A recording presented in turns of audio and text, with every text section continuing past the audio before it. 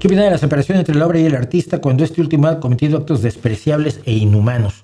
Pues opino que a veces se puede y a veces no se puede, que la distancia del tiempo y la gravedad de los hechos influyen muchísimo, ¿no? Uno de mis pintores favoritos es alguien que finalmente pasó los últimos años de su vida huyendo de la familia de un tipo al que había asesinado, y me refiero a Caravaggio, ¿no?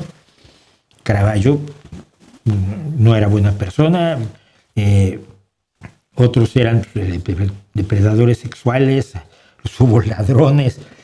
Yo creo que se puede, pero a veces no se puede. Yo tengo un cuento que se llama escultura, no me acuerdo cómo se llama.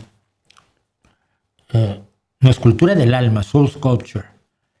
Y la historia es esta, te la voy a contar, para que veas cuál es el problema al separar la obra del autor.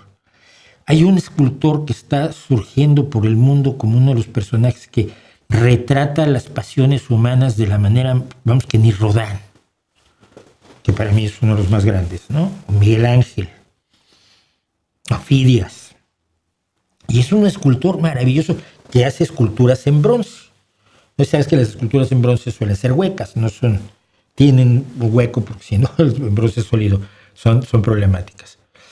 Y entonces este señor, bueno, cada vez que presenta sus esculturas, y los ricos se matan por tenerlas y los museos se matan por conseguirlas, y etcétera, etcétera, y hasta que un día por un accidente cae una escultura,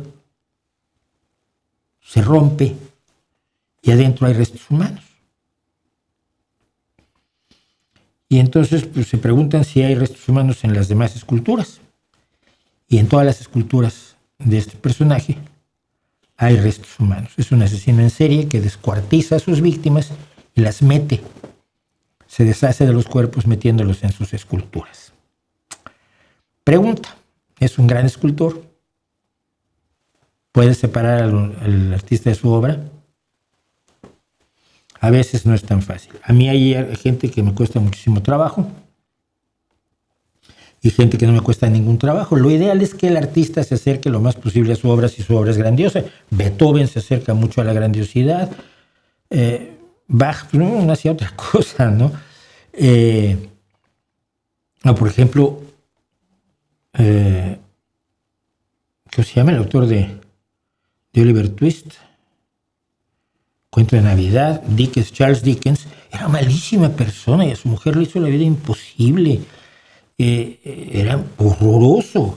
Sin embargo, escribe el cuento de Navidad. Entonces, no es tan fácil como uno quisiera. Mira, en el caso de los Beatles, concretamente, que es uno de los más cercanos a mí, por lo que he contado toda mi vida, mi aprecio por John Lennon bajó mucho cuando me enteré cómo trató a sus mujeres.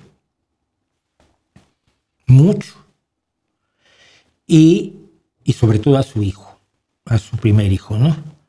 Y mi aprecio por Paul McCartney creció enormemente a partir de que me enteré de que el que se hizo cargo del niño fue Paul McCartney. Y Jude es Julian Lennon.